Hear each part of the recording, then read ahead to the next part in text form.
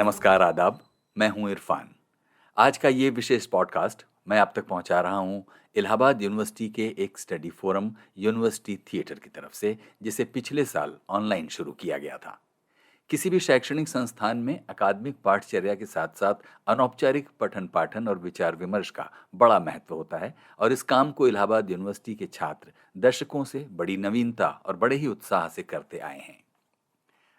ऐसी ही एक study circle UT यानी यूनिवर्सिटी थिएटर नाम के एक फोरम ने शुरू की थी, जो यूं तो साथ में बैठकर हुआ करती थी, लेकिन कोविड-19 के अचानक हमले से ये क्रम ऑनलाइन किया जाने लगा। इलाहाबाद यूनिवर्सिटी के हिंदी विभाग के छात्रों और अध्यापकों द्वारा चलाया जा रहा ये स्टडी फोरम कई मायनों में बड़ा ही आश्वस्तकारी है। लगभग 50 छात्र इसमें हर हफ्ते हिस्सा लेते हैं और एक चुनी हुई किताब पर बातें करते हैं।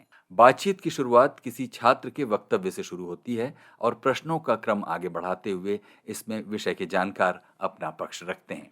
पेश है यूटी की किताबशाला का ये विशेष आयोजन, जो 5 सितंबर 2021 को हुआ। आज के आयोजन का परिचय कराते हुए यूनिवर्सिटी थिएटर के परिकल्पनाकार और इलाहाबाद विश्वविद्यालय में हिंदी के associate professor Amitesh Kumar.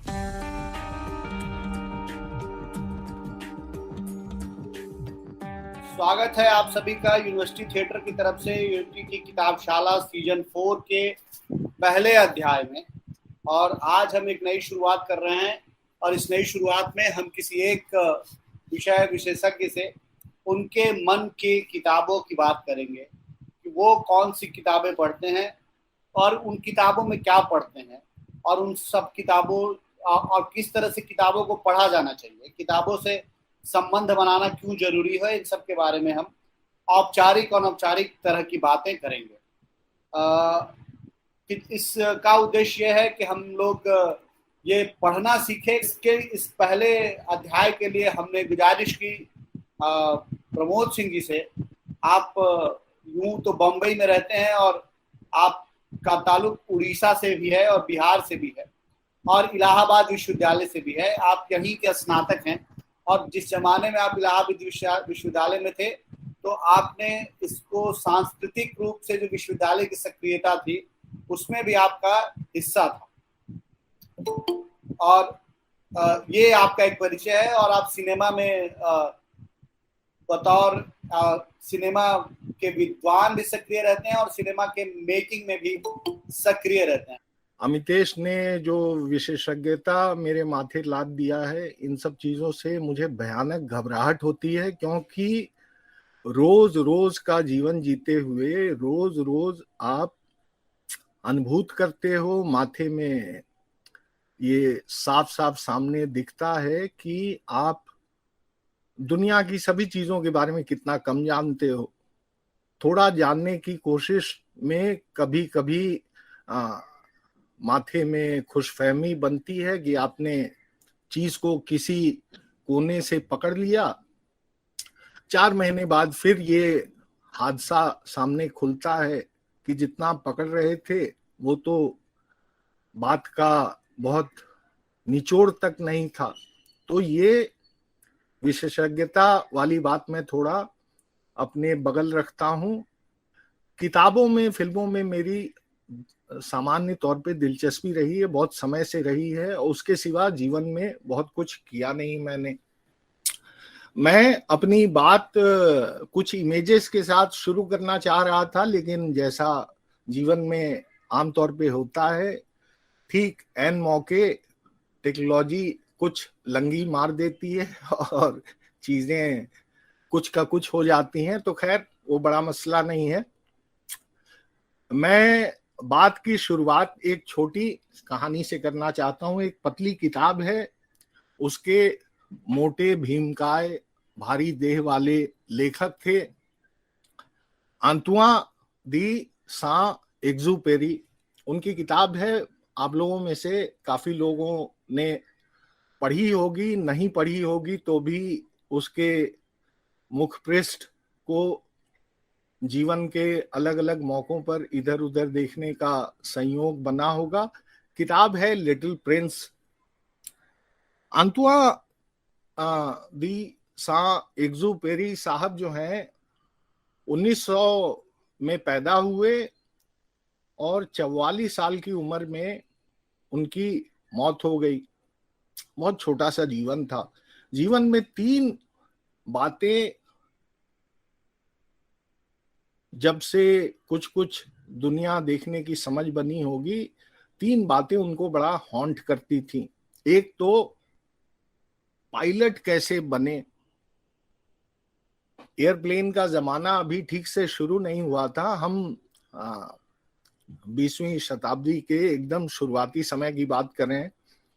First world war में कुछ इनिशियल एयर टेक्नोलॉजी का इस्तेमाल हुआ था, और सेकेंड वर्ल्ड वॉर में तो फिर क्या हुआ हम सब जानते हैं।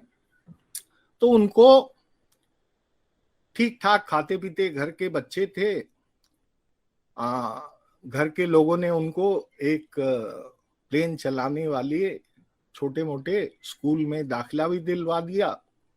और दूसरे, 20वीं सदी में जैसे सिनेमा का बहुत सांस्कृतिक स्तर पे बड़ा वर्चस्व रहा है, 19वीं सदी में ये दुनिया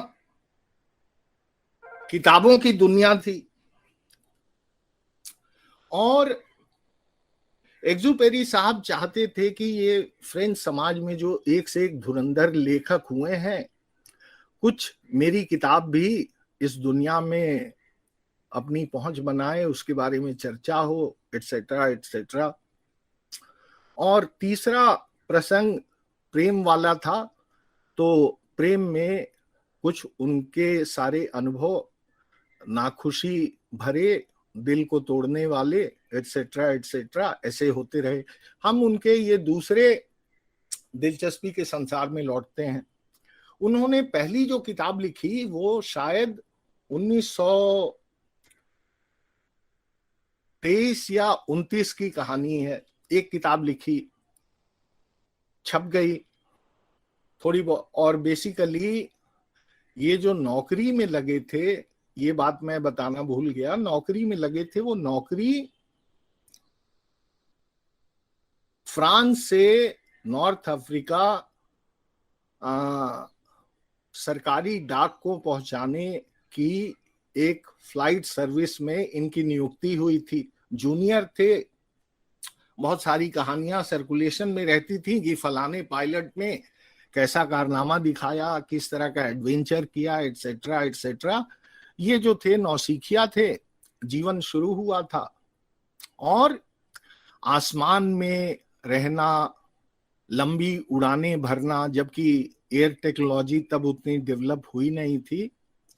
और जीवन का उस छोटे एयरपिट में जहां 2 लोग से ज्यादा कोई कुछ डाक की बोरियों को रखने से अलग कोई जगह होगा थी नहीं, उसमें इनका जीवन गुजर रहा था। तो ये शुरू के जो उपन्यास हैं, ये सब मोस्टली हवा में उड़ने और उस अनुभव संसार को एक्सप्लोर करने की कहानियां हैं। ये सब हुआ। अब होते हुआते बीच में फिर इनको 33 में या 34 में एक पारंपरिक साहित्यिक पुरस्कार भी मिल गया। मरने के ठीक 1 साल पहले इन्होंने, वो क्या किताब होगी, वो 100-110 पेज की होगी बमुश्किल, मुझे लगता है 100 पेज से कम भी हो तो ताजुब नहीं।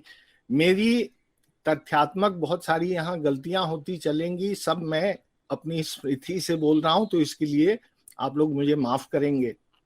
पतली सी किताब थी। अब पतली सी किताब में बहुत सारी कल्पना का पुट था। एक एक्सीडेंट हुआ, पायलट रेत में, अकेलेपन में, तूफान में और बड़े संकट में फंसा हुआ है, और उसकी एक छोटे राजकुमार से मुलाकात होती है जो बच्चे जैसा है, बच्चे की उम्र वाला राजकुमार है और किसी दूसरे ग्रह से आया है। इनके बीच छोटे छोटे इंटरैक्शन होते हैं, छोटी छोटी वो कहानियों के चैप्टर हैं। मैं किताब के बारे में बात नहीं करूंगा। वो किताब ऐसी किताब है जो अब तक शायद 14 करोड़ बिक चुकी है, दुनिया की 130 जबानों में ट्रांसलेट हो चुकी है, उस पे ओपेरा बने हैं, फिल्में बनी हैं, नाट्य रूपांतर हुआ है, एनिमेशन की फिल्म बनी है, फीचर फिल्म बनी है। और वो ऐसी किताब है जो आपको ओवरवेलमिंगली कुछ एक दूसरे पैरेलल संसार में ट्रांसप्लांट करती है और एक निर्दोष किस्म की ऐसी खुशी देती है जो शायद 20वीं सदी के आधुनिक प्रिंट संसार में अभी भी एक बड़ी दुर्लभ किस्म की चीज जैसे है। तो ये लिटिल प्रिंस की छोटी सी कहानी को यहाँ रोकते हैं। मैं इसमें सिर्फ ये और जोड़ना चाहता हूं कि दुनिया में ये पतली पतली किताबों की कुछ एक खास पहचान है, जैसे ग्रेट गैट्सबाई है, जैसे कैचर इन द राई है, जैसे एक बहुत ही मस्त वेस्ट इंडियन उपन्यास है द लोनली लंडनर्स, सैम सेल्वन की। और फिर मोटी मोटी किताबें हैं आज का, और खास तौर पे अभी जो बच्चे पढ़ाई वढ़ाई कर रहे हैं उनकी दुनिया में इंटरनेट की वजह से, दूसरी और वजहों से, सोशल मीडिया प्लेटफॉर्म्स की बहुत सारी सक्रियताओं से, और पढ़ाई के भी उस जटिलता की वजह से डिस्ट्रैक्शन और मोटी मोटी पोथियों को, खास तौर पे जिनसे उनके जीवन का सीधा संपर्क ना हो, आमतौर पे ऐसा नहीं है कि लोग पढ़ नहीं रहे हैं, उस तरह का थोड़ा कनेक्शन अब बहुत रहता नहीं। हम लोग बचपन में बहुत ही खुश होते थे जब हाथ में 600 पेज की, 700 पेज की ऐसी कोई चीज हाथ लग जाए जिसमें लगे आपको कि गुरु ये तो 10-15 दिन का अच्छा सामान हो गया।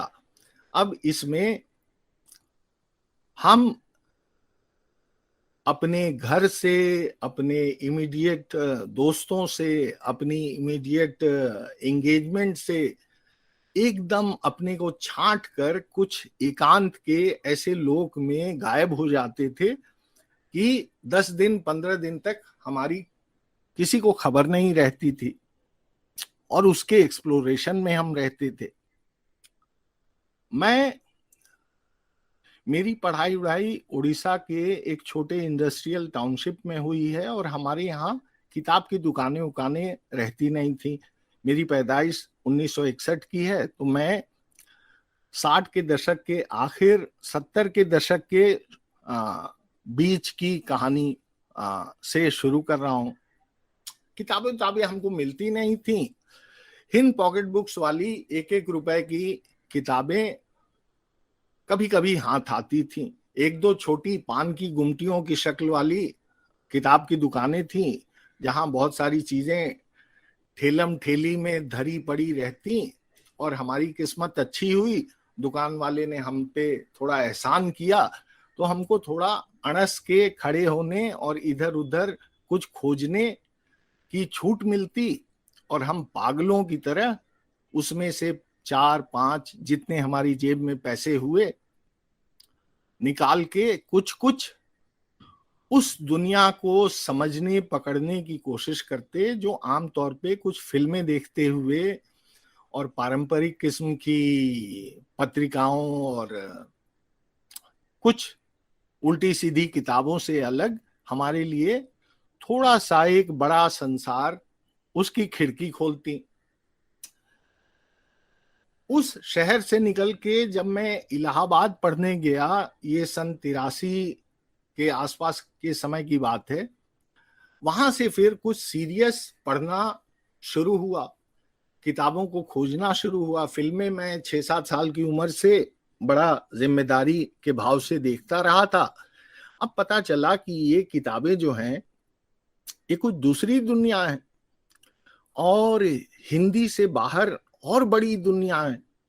अंग्रेजी तब मैं भी एकदम बहुत जानता उनता था नहीं, लेकिन ये भूख जो है आपको कुछ नए नए रास्तों पे ठेलती रहती। हम लोग एक राजनीतिक संगठन से जुड़े थे इलाहाबाद में।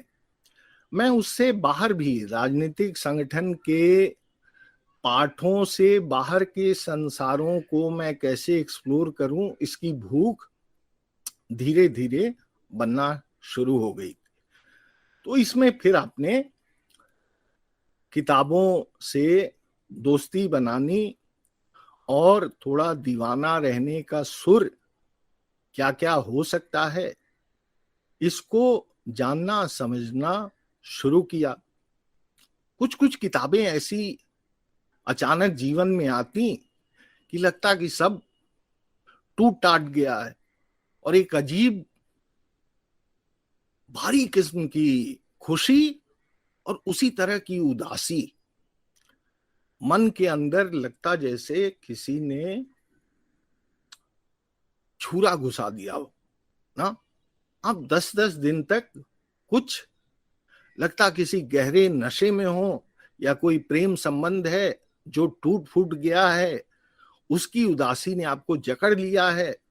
और फिर आप अपने दोस्तियों वाले सर्कल में भी भयानक गुमसुम और परेशान रहते। आपको समझ में नहीं आता वो कौन सी भाषा है जिसमें आप अपने अंतर्लोक की इन जगमग छवियों को, उसके अंधेरों को और उसके सवालों को ठीक ठीक शेयर कर सको।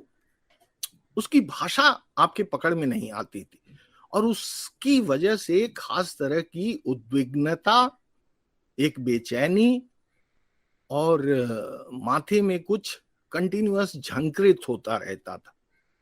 तो ये सब धीरे धीरे बटोरते हुए किताबों को जानने समझने के आपके सफर का हिसाब किताब बनता चला।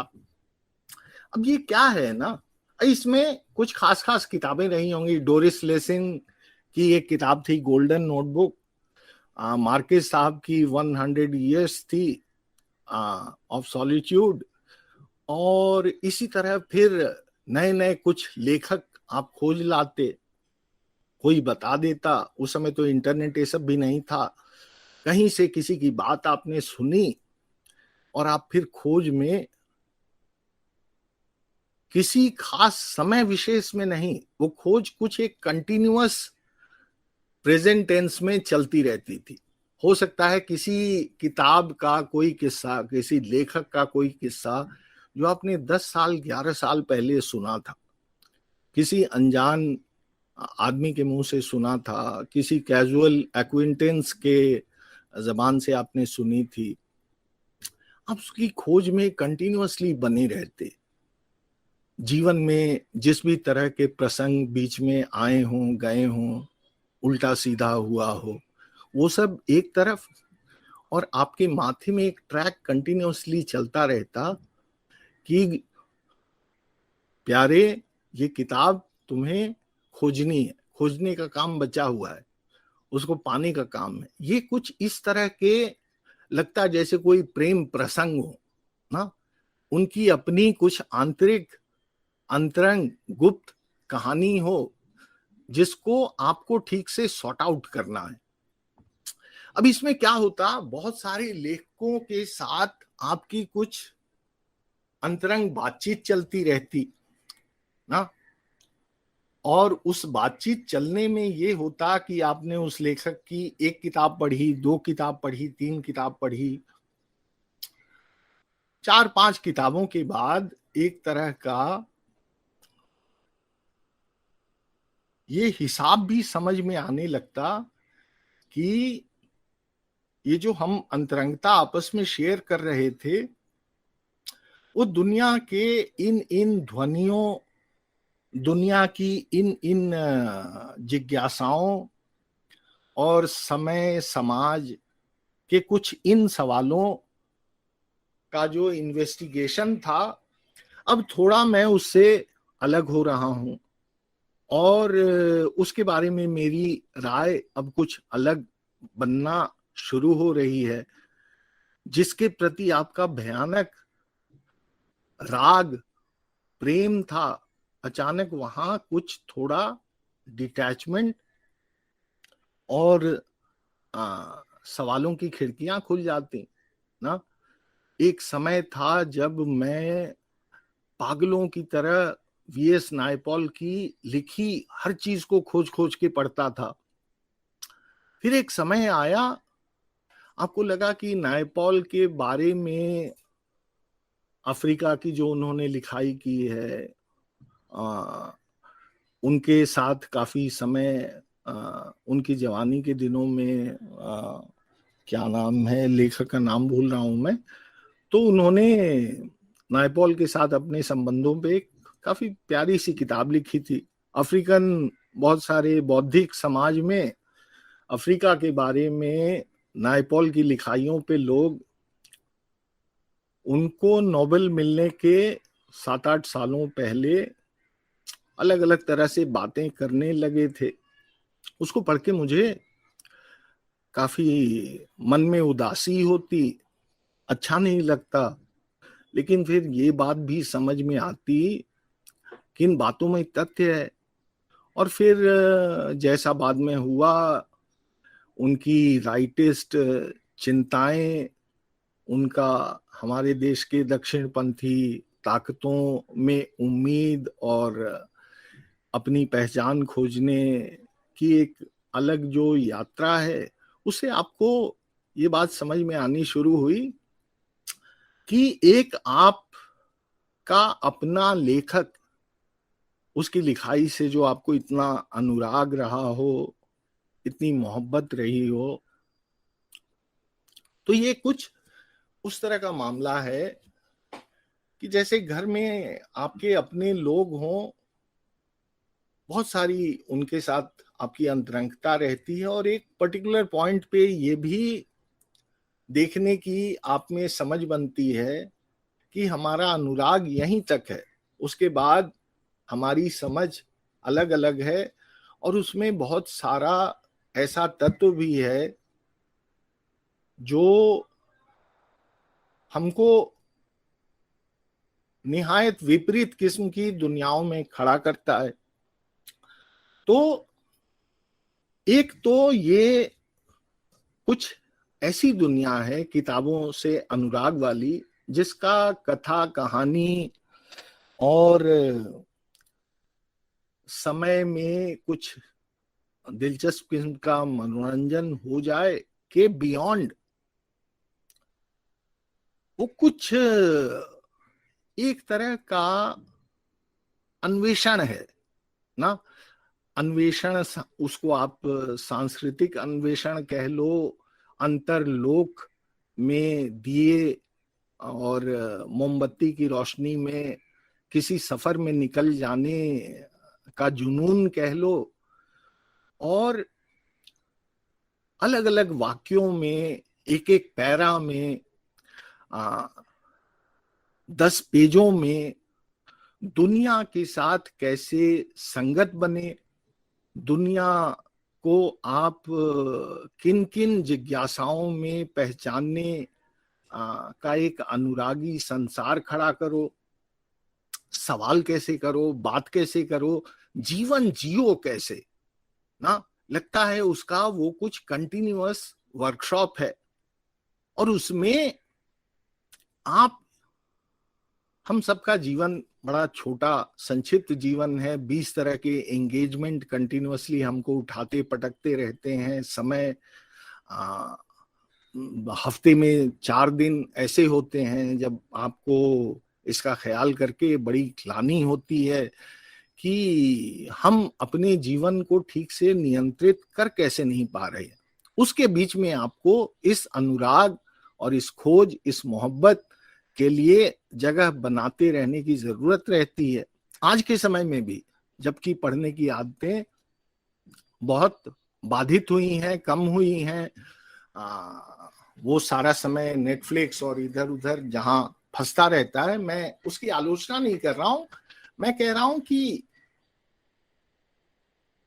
बदलते समय में नई नई चीजें हमारे जीवन का हिस्सा होती हैं। आप अपने जीवन के समय को कैसे नेगोशिएट करते हो, ये कंटिन्यूअस एक एडवेंचर की तरह, एक जुगुप्सा की तरह, एक सामान्य एंगेजमेंट की तरह कंटिन्यूअसली कुछ नई नई उसकी गांठें बनती हैं। उन गांठों को आप खोलने की कुछ समझ बनाते हो। तो इसके बीच में ये किताबों का बहुत सारी पीले पड़ रहे पन्नों का, कुछ नई नई आमद वाली किताबों का, कुछ नई नई पहचान बने और बनाए लेखकों के संसारों में ताक झांक के सुख और जिज्ञासा का, आनंद का, फ्रस्ट्रेशन का एक कंटिन्यूअस आपका एंगेजमेंट चलता है। और उस एंगेजमेंट में हम अगर जेन्युइनली अपने जीवन की इंटीमेसी को, अपनी बौद्धिकता को, अपने मन के अंतरतम को ठीक से डुबाकर उसमें जीवन का अनुभव सर्जित करना और खुद निज का संस्कार करना बहुत जरूरी काम समझते हैं, तो हमको किताबों के पढ़ने की समझ को भी कंटिन्यूअसली थोड़ा चेक, रीचेक और एनालाइज करना, और हमारे इस पढ़ाई में कहाँ क्या अच्छी बातें हैं, कहाँ क्या कुछ कमी रह जा रही है, ये सब पहचानने की भी हमको समझ बनानी चाहिए।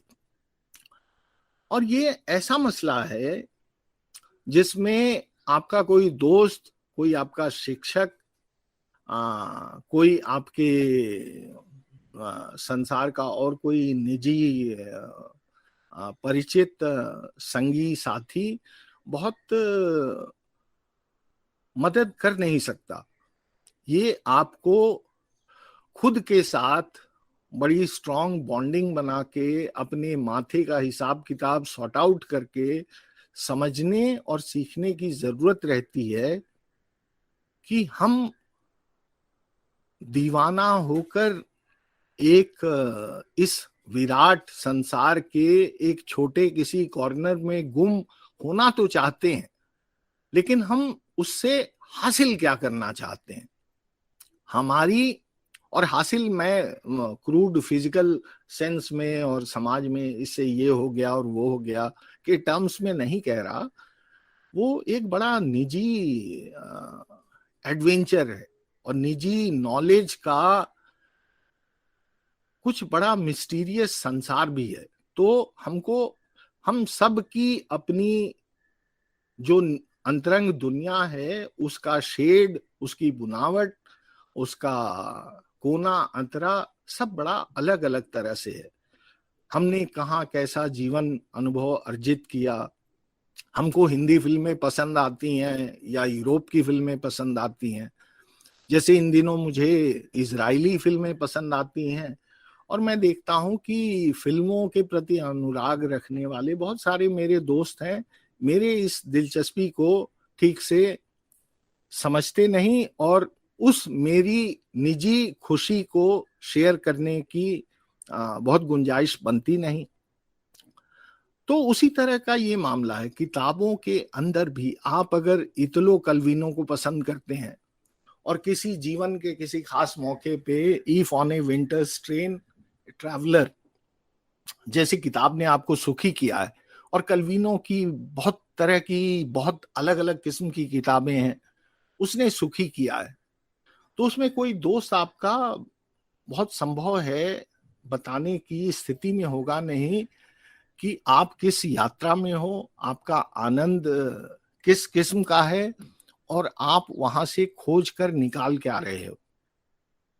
अब ये खोज के निकालने का काम हर किसी का निजी एक तरह का इम्तिहान भी होता है कि आप स्थूल सामाजिक कॉन्टेक्स्ट में उसकी समय विशेष की प्रासंगिकता में कुछ उपयोगितावादी नजर से उस टेक्स्ट का हासिल सॉर्ट आउट करना चाहते हो, या वो 300, 400, 500 और 1000 सालों के बीच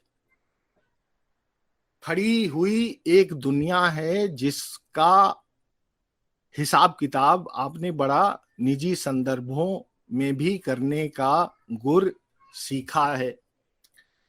तो ये एक बात है। दूसरी बात है कि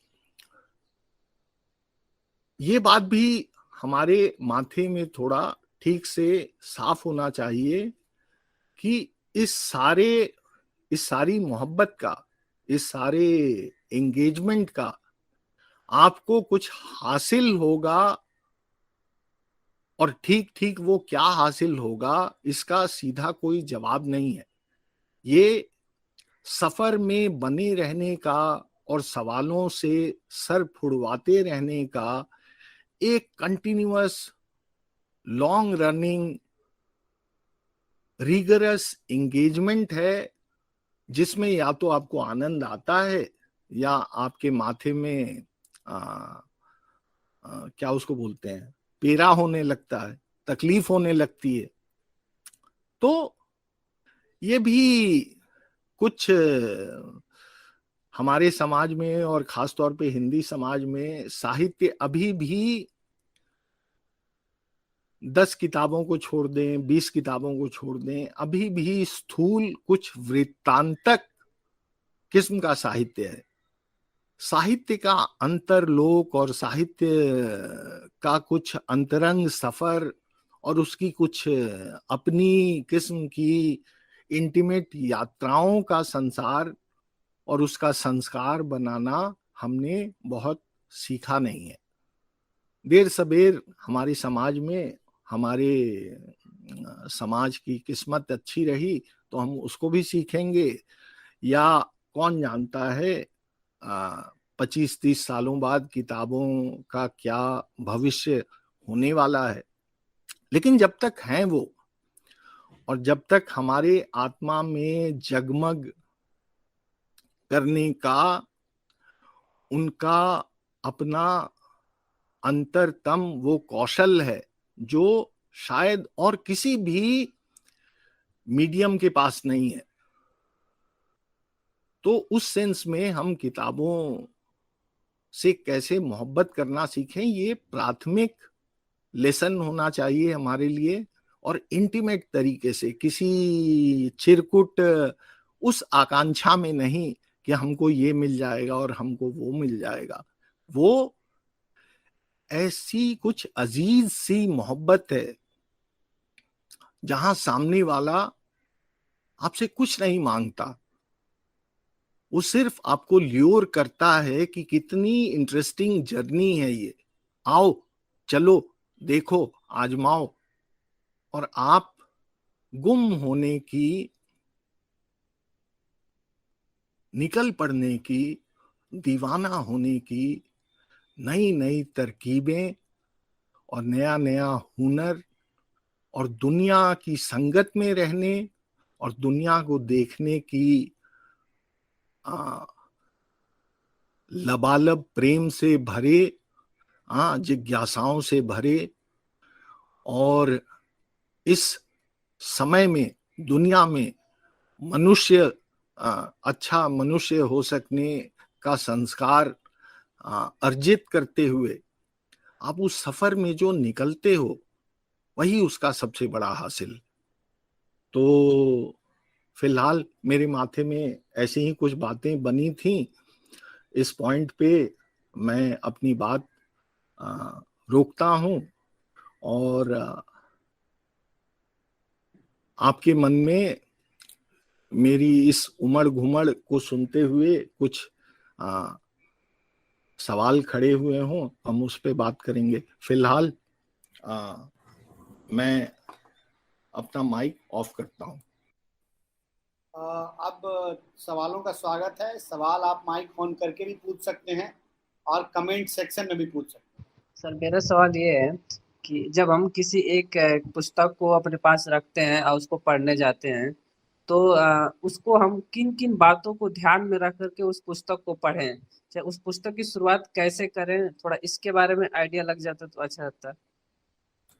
पुस्तक कहाँ से आई आपके पास? आने की वजह होगी ना, किसी खास रास्ते से होके आई होगी, आपकी जिज्ञासा की वजह से आई होगी, किसी लड़की ने आपको गिफ्ट दिया होगा, बहुत सारी बातें हैं ना। वो सारी बातें उस किताब का फिर आगे आप क्या करेंगे उससे सीधे सीधे संबंध बनता है। हो सकता है कोई दोस्त उसके जीवन में बोझा हो रहा था, वो आपके यहाँ छोड़ गया, यार अब तुम ही संभालो ना। तो ऐसी अटपटी एक चीज आपके कमरे में आपको 6 दिन तक उल्टे सीधे संदर्भों में दिखती रही, 7वें दिन आपने उठा के देखा, क्या बला है, थोड़ा देखता हूं। उसमें सुल्तानपुर का कुछ किस्सा है, या हो सकता है झारखंड के दुमका का कुछ किस्सा हो, और आप उसमें घुसे, आपने 6 पेज पढ़ा, उल्टा सीधा कुछ समझ में नहीं आ रहा है। 7वें पेज में कोई ऐसा प्रसंग बना जो आपके जीवन के किसी खास मौके पे कुछ दूसरा एक अनुभव हुआ था, उससे कोई कनेक्शन बना लेती है किताब। और फिर आपके लिए अब वो दोस्त की छोड़ी हुई छूटी हुई किताब नहीं है, अब वो आपकी अपनी चीज है। अब उस अपनी चीज में आप 200 पेज, 250 पेज, 100 पेज, जितना भी उसके अंदर बहते जाते हो, फिर वो आपकी निजी कहानी बनती है। अब ये निजी कहानी बनना, संबंध बनना, उसके साथ अंतरंगता का स्थापित होना, ये सब प्राथमिक चीजें हैं। क्या पढ़ें, कैसे पढ़ें, क्या देख लें, कौन सी चीज खोज लें, ये सब सवाल आपको विश्वविद्यालय में दूसरे मास्टर लोग बताएंगे ना, इसका मेरे पास भी जवाब नहीं है सचमुच में। शुक्रिया। अंकित जी एक सवाल पूछ रहे हैं कि क्या किसी कहानी उपन्यास को समझने के लिए किसी खास उम्र और अनुभव की जरूरत होती है?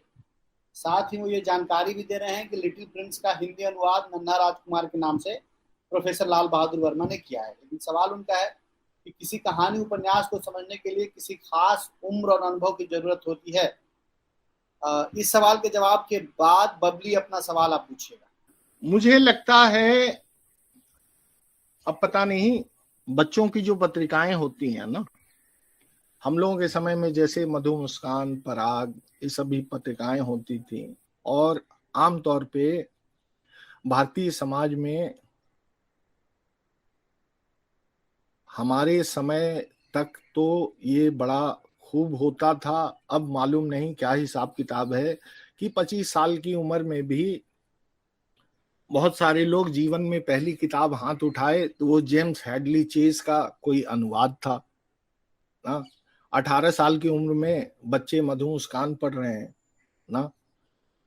मैं हाई स्कूल तक ये हिंद पॉकेट बुक्स वाली किताबें तो देखता रहा था, लेकिन सीरियस किस्म की रीडिंग क्या होती है और उसका एक संसार है पूरा, ये सब चेतना जो है मेरी हाई स्कूल छोड़ने के बाद धीरे धीरे माथे में खुलना शुरू हुआ। उसके पहले फिल्में उनमें की कुछ समझ बनी थी, किताबों की एकदम भी समझ नहीं बनी थी। लेकिन ये जो सवाल है कि किसी खास तरह की चीज को पढ़ने की उम्र होनी चाहिए, कुछ सामाजिक अनुभव होना चाहिए, मुझे लगता है कि बहुत सारे बच्चे, हमारे देश में वो थोड़ा कम है, यूरोप में वो टेंडेंसी बहुत ज्यादा है कि बहुत सारे बच्चे 14 साल की उम्र में थॉमस मान का मैजिक माउंटेन पढ़ लिए, बहुत सारी किताबें पढ़ लिए। हमारे यहाँ तो पढ़ने की आदत काफी देर से लगती है, उठपटांग चीजें। अब बच्चे बहुत सारा इंटरनेट पे एक्सेस करते होंगे, थोड़ा वो आदत चेंज हुई होगी, लेकिन मेरी पीढ़ी तक तो यही हिसाब किताब था। तो आप पढ़ते हो, बहुत बार ऐसा भी होता है कि आपने मान लो भगवती चरण वर्मा का कोई उपन्यास पढ़ा, भूले बिसरे चित्र, आपको कुछ समझ में नहीं आया। आपने अमृतलाल नागर की कोई किताब पढ़ ली, आपने विष्णु प्रभाकर वाली आवारा मसीहा शरद चंद्र की जीवनी पढ़ ली, आपको कुछ समझ में नहीं आया। आपने झूठा सच पढ़ लिया, आपने तमस पढ़ ली भीष्म साहनी की, आपको कुछ समझ में नहीं आया। नहीं समझ में आए ना, एक खास तरह की अंतरंगता बनी या नहीं बनी, एक खास तरह का डायलॉग बना या नहीं बना, एक आपके लिए वो इंटरेस्टिंग जर्नी बनी या नहीं बनी, ये इंपॉर्टेंट है। और फिर जीवन का आपका जो अनुभव है उसमें नए नए शेड जुड़ते चलते हैं, जीवन को समझने की आपकी एक समझ बनती चलती है। वो एक ग्रेजुअल प्रोसेस है। बहुत सारी चीजें एक समय विशेष में, मैंने कुछ किताबें हैं जिसको मैंने 5-5, 6-6 बार पढ़ी है। हर बार की पढ़ाई में कुछ इस तरह से आपका माथा सन्न भी होता था कि ये चीज तो मुझे पिछली वाली रीडिंग में बहुत समझ में आई नहीं थी, सॉर्ट आउट हुई नहीं थी, ये अब कुछ नई रोशनी में मुझे दिख रही है ना। बहुत सारी किताबें जो आपने 20 साल पहले पढ़ी थी और उसको इसलिए खारिज कर दिया था कि यार ये तो बड़ा सिंपल टेक्स्ट है ना, मैं तो कुछ रिगरस डेंस किस्म की दुनिया एक्सपेक्ट करके इसमें घुसा था, यहाँ तो चीजें बड़ी आसान आसान सी चल रही हैं। बहुत सारे लेखकों का वो स्टाइल भी होता है चीजों को लिखने का ना, जो सुपरफिशियल और सरफेस लेवल पे बड़ी सीधी लगती हैं, फिर उसके अंदर का क्या गुम्फित लोक है उसकी समझ हो सकता है हमको 15 साल बाद ये तस्वीर थोड़ा ज्यादा साफ और खुले तरीके से समझ में आए। तो ये सबका थोड़ा सब्जेक्टिव मसला भी है, इसका कोई फॉर्मूला नहीं है कि आपने इतना जीवन अनुभव किया तो आप इस तरह की किताब पढ़ो, इतना जीवन अनुभव किया तो फिर उस तरह की किताब पढ़ो। सवाल यह है कि आपकी वो दिलचस्पी की दुनिया है या नहीं है। और आप जैसे क्लासिकल म्यूजिक के सुनने के साथ आपके संबंध का मसला है, आप ठीक ठीक बहुत उस एब्स्ट्रैक्शन को क्लियर कर नहीं पाते कि ये चीज मुझे क्यों अच्छी लगी और ये चीज क्यों उतनी अच्छी नहीं लगी। सुनने की जो क्रमिक कालावधि है उसके बीतने के साथ आपके मन में थोड़ा थोड़ा हो सकता है वो कंप्लीटली पूरी तरह से हो भी नहीं, ये बात धीरे धीरे थोड़ा समझ में आना शुरू होती है कि क्या चीज अच्छी लगती है और क्यों अच्छी लगती है। और इसका तो सचमुच में कोई नियम नहीं है, कोई इस तरह का ऑब्जेक्टिव आंसर नहीं है कि इस चीज को पढ़ने के लिए इतना जीवन का अनुभव होना चाहिए या नहीं। ये नहीं अनुभव होगा तो आप इसको टैकल नहीं कर सकते, ऐसा कुछ फिक्स नियम नहीं है। Thank you. अगला सवाल बबली का है। वो पूछ रही हैं कि जब किसी किताब की भाषा कठिन लगे लेकिन उसको पढ़ना भी जरूरी हो तो फिर इस समस्या से कैसे निपटा जाए। बबली जी, ऐसा है, कठिन का आनंद लेना सीखना भी एक काम है ना। पूरे जीवन आप फिल्मों के शौकीन हो तो पूरे जीवन हिंदी फिल्म ही देखते रहने से आपके माथे में अगर गड्ढा नहीं हो जाता और आप सीरियसली बीमार नहीं हो जाते हो तो मुझे ताजुब होगा। आप पूरे जीवन अमृता प्रीतम और गुलजार के गीतों में ही साहित्य क्यों तलाशते रहना चाहते हो। बहुत बड़ी दुनिया है, बहुत सारा जादू है, आप उसमें बहकने का कौशल धीरे धीरे, आपको अगर उससे प्रेम है, उससे कुछ अंतरंगता है तो उसको आप धीरे धीरे सीखते हो ना। और जो कोर्स बुक आपको 7वीं कक्षा में हैंडल करने को मिलता है वही कॉलेज में जाके तो उस कोर्स बुक की बुनावट भी अलग हो जाती है ना। उसके अंदर का जो टेक्स्ट है, उसकी जो परतें हैं और उसका जो भी कंस्ट्रक्ट है वो तो थोड़ा कठिन होता चलता है ना। कठिन को नेगोशिएट करना भी जीवन के रोज बरोज के जीवन का एक प्राथमिक एलिमेंट है। आप उसको ऐसे देखो। शुक्रिया। कविता पूछ रही है कि किसी भी निबंध या उपन्यास पढ़ने के बाद उसको निजी जीवन में ग्रहण कैसे करेंगे।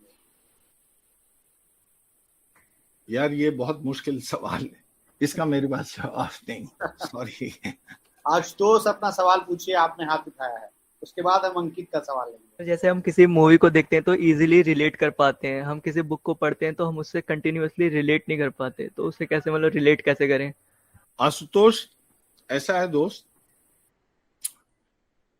आप 3 इडियट्स देखते हो, आपको बड़ा मजा आता है, समझ में आ जाती है। हाँ, मैं हूं ना या कहो ना प्यार है देखते हो, आपको सब समझ में आ जाता है। मुन्ना भाई की मुश्किल, मुन्ना भाई का सॉल्यूशन सब समझ में आ जाता है। अचानक आप स्वीडन की कोई फिल्म देखते हो, इटली की कोई फिल्म देखते हो, उड़िया की कोई फिल्म देखते हो, मलयालम की कोई फिल्म देखते हो, वो दुनिया आपके 3 इडियट्स और मुन्ना भाई से अलग दुनिया है। उस दुनिया का हिसाब किताब क्या चल रहा है, इमोशनल अप डाउन की बुनावट क्या है, उसके लिए आपको थोड़ा धीरज से देखना सीखने की जरूरत होती है। चक्कर ये है कि आपकी मुन्ना भाई से और 3 इडियट से सारी सिनेमाई जिज्ञासाओं, अपेक्षाओं और इंटरेक्शन की संतुष्टि हो जाती है, या आपको लगता है यार हिंदी फिल्मों में कुछ और भी होना चाहिए था। जैसे मैं बचपन में सब ये अमिताभ बच्चन की और राजेश खन्ना की ये सारी फिल्में देखते देखते बड़ा हो रहा था। शम्मी कपूर की एक फिल्म थी, शम्मी कपूर लीना चंदरवरकर की, दो अनजाने, कौन डायरेक्टर था मुझे याद नहीं। हम लोग स्कूल से भाग के एक दिन देखने गए, हमको टिकट नहीं मिला। दूसरे दिन भी हम फिर भाग के गए, हमको टिकट नहीं मिला। इस फ्रस्ट्रेशन में कि हमको टिकट नहीं मिला, सिनेमा हॉल से लौटते हुए हमको एक उटपटांग सी छोटी फिल्म का पोस्टर दिखा। वो श्याम बेनेगल की अंकुर थी। मैं और मेरा एक तेलुगु दोस्त था, हम लोगों ने तय किया कि चूल्हे में जाए यार, जाने अनजाने हम इस फिल्म को देखते हैं, चलो। हम लोग कुछ नहीं जानते थे फिल्म के बारे में। हम लोग फिल्म देखने गए और हम दोनों को बड़ा आनंद आया कि यार ऐसी फिल्म तो हमने पहले कभी देखी नहीं थी, एक ऐसी फिल्म है। और फिल्मों के बारे में हम थोड़ा जिज्ञासु रहते थे। उसके बाद सच कहूं, मेरा मन धीरे धीरे ये मेन स्ट्रीम वाली हिंदी फिल्मों से सचमुच उतरना शुरू हुआ, और आप कुछ खोजते रहते थे। ये दूसरी किस्म की जो फिल्में होती हैं यार, उसको कैसे देखा जाए, कहाँ देखा जाए। हमारे शहर में नहीं लगी, हमने सुना कि उस शहर में लगी है, तो हमारे शहर में नहीं लगी है तो हम इसको कैसे देखें। तो ये देखने का काम छूटा हुआ पड़ा रहता था। हम इसकी जुगत में बने रहते थे कि कब ये फिल्म हमारे हाथ लगेगी, हम देखेंगे। तो इसी तरह से जीवन में नई नई चीजें आपके, अगर आपकी जिज्ञासा है, अगर आपकी वैसी भूख है, तो आप खोजते हो, आपको मिलती है। शुरू में आप उसको शायद थोड़ा पूरे तरीके से समझ भी नहीं पाते, सॉर्ट आउट नहीं कर पाते हो, लेकिन अगर आपके अंदर उसके प्रति अनुराग है तो धीरे धीरे उससे संबंध बनता है, वो आपकी दुनिया का हिस्सा बन जाता है। इसी तरह से जीवन में चीजें नई नई ऐड होती चलती हैं। बहुत सारे लोगों का वैसा संबंध नहीं बनता क्योंकि उनकी वैसी जिज्ञासाएं नहीं होती। पूरे जीवन में आपको बहुत सारे ऐसे लोग मिलेंगे जो 6वीं में पढ़ते हुए जो फिल्में देखना उन्होंने शुरू की, जब तक जीवन में फिल्में देखी मोरलेस वो उसी किस्म की फिल्में थी। तो ये भी एक कहानी है। अब लेकिन चूंकि इंटरनेट के आने के बाद और फोन पे और कंप्यूटर पे बहुत तरह की पैरेलल रियलिटी और पैरेलल सिनेमा और किताब ये सब देखने की गुंजाइश ज्यादा आसान हो गई है, तो लड़के भी शायद अब पहले की बुनावट वाले बॉलीवुड की फिल्मों को लेके भी उस तरह से अनुरागी नहीं है जैसे 20 साल पहले लोग हुआ करते थे। बड़ी बड़ी फिल्मों को लोग उसी ब्लंटनेस के साथ, उसी इमीडिएसी के साथ खारिज भी कर देते हैं आज के समय में, यार अच्छी फिल्म नहीं है, बकवास है ना। तो डिपेंड करता है कि आप कुछ खोजने निकले हो या नहीं, कुछ नई जिज्ञासाओं, नई अपेक्षाओं, उम्मीदों के साथ कुछ खोजने निकले हो या नहीं। खोजने निकले हो तो धीरे धीरे उसके साथ संबंध बनता है। अगला सवाल अंकित का है कि किसी भी किताब को पढ़ने से पहले उसकी समीक्षा या उसके बारे में आलोचना या प्रशंसा सुन लेने पर क्या उसका असर किताब की रीडिंग पे पड़ता है? अमितेश, हाँ, ये बहुत ही ऐसा सवाल है जिसका वाजिब जवाब आप ही दे सकते हैं। आप दें, मेरे मुंह में दर्द हो रहा है, मैं थोड़ा मुंह को आराम दे दूं। मेरे हिसाब से कि मेरा जो तरीका है, मैं किताब पढ़ने से पहले कभी भी रिव्यू नहीं पढ़ता किसी किताब का, और हिंदी में जिस किताब की ज्यादा चाह हो जाती है फिर उस किताब को ही पढ़ने से परहेज करने लगता हूँ। लेकिन अंग्रेजी में कभी कभी किसी किताब की चर्चा होती है तो इस किताब की तरफ जरूर जाता हूँ, क्योंकि हिंदी की चर्चाएं जो किताब को लेके होती हैं वो बहुत ही डिस्ट्रैक्टिंग और उसके बहुत ही सामाजिक राजनीति किस्म की चीजें छुपी होती हैं, जो जिसका उद्देश्य कुछ और होता है। हिंदी का तो अनुभव यही है। अंग्रेजी में जब चर्चा होने लगती है किताब की, क्योंकि हम लोगों को लगता है कि अंग्रेजी की जो लिखा पढ़ी की दुनिया है वो हिंदी से भी थोड़ी ज्यादा ईमानदार है, तो उन किताबों की तरफ हम जाते हैं। मैं देख रहा हूँ जो सवाल आ रहे हैं बहुत सारे, उनमें एक कॉमन चीज ये है, वो है रुचि की चीज। हाँ, रुचि। कि मेरी रुचि, ये मेरी रुचि जो है ये बहुत की वर्ड है, ये बहुत ही क्रूशियल चीज है मेरी रुचि। तो पहला तो इसमें होगा कि मेरी रुचि मैंने क्या कुछ प्रयासों के द्वारा अर्जित की है, या वो हमें अपने परिवेश और शिक्षण के क्रम में और परिवार से उस तरह हमको विरासत में मिल गई है और हमने उस पर कभी कोई प्रश्न नहीं किया है। तो वो जो मेरी रुचि है, मुझे कोई चीज अरुचिकर लगती है। कई प्रश्नों में ये आ रहा है कि अगर एक अरुचिकर मोटा उपन्यास है या कोई किताब अरुचि पैदा कर रही है, तो देखना पड़ेगा कि आपने अपनी रुचि को कभी प्रश्नांकित किया है कि नहीं। आपने अपने जो रुचि बनाई है उसमें आपका अपना क्या कितना रोल है। अब मैं इसको एक छोटे से उदाहरण से बताना चाहता हूँ। देखिएगा, लक्ष्मण गायकवाड़ का उपन्यास उचक्के और अक्कर माशी जो शरण कुमार लिम्बाले का उपन्यास है, अगर आप उसको एक उत्तर भारतीय सवर्ण की दृष्टि से देखेंगे तो उसमें बहुत सारे अरुचिकर प्रसंग आएंगे। मसलन कि वो गाय के गोबर में से गेहूं निकालकर उसको धो रहा है और फिर उसको सुखाकर खा रहा है।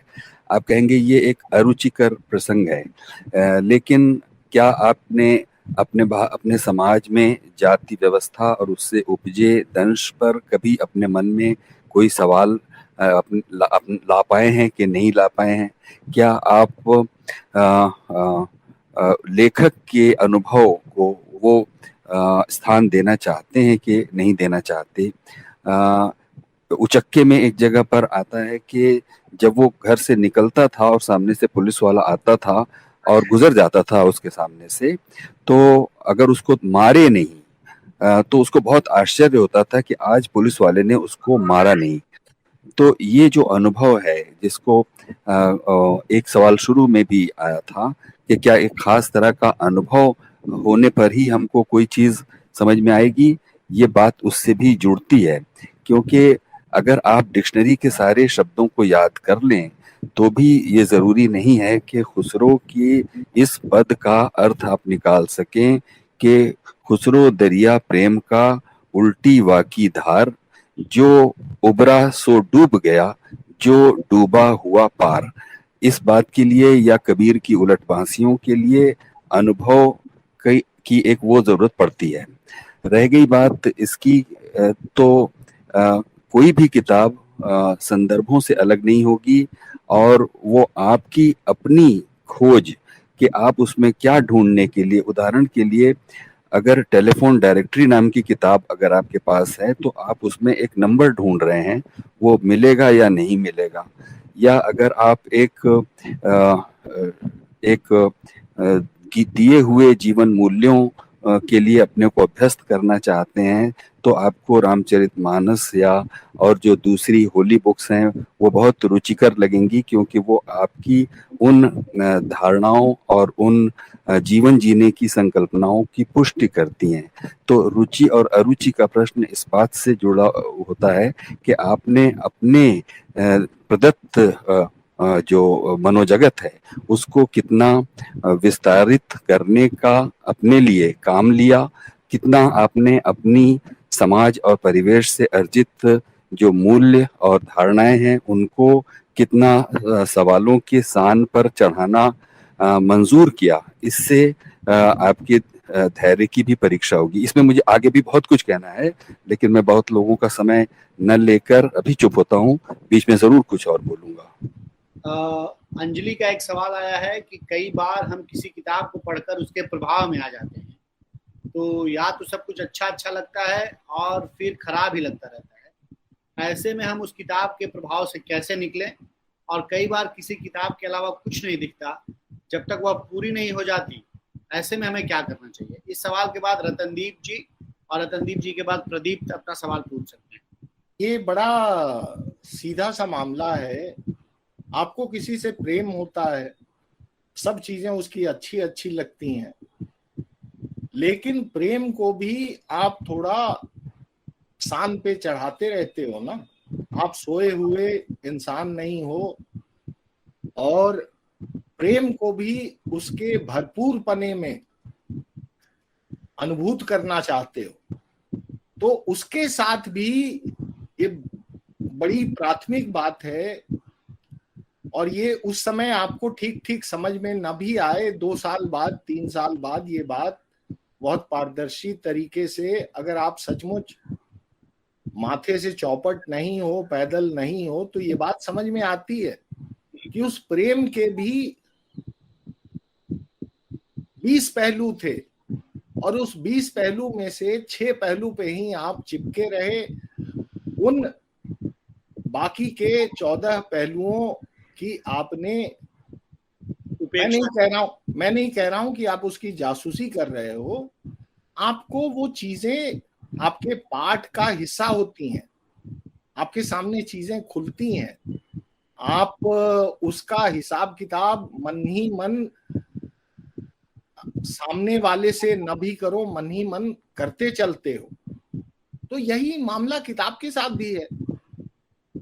और किताबों के साथ बहुत बार ये होता है कि थोड़े समय तक कोई एक खास लेखक ऐसा आपके जीवन में घुस जाता है, ऐसी जगह बना लेता है कि उसके बारे में किसी से भी कोई सी भी मुख्तलिफ बात आपको बहुत परेशान करती है ना।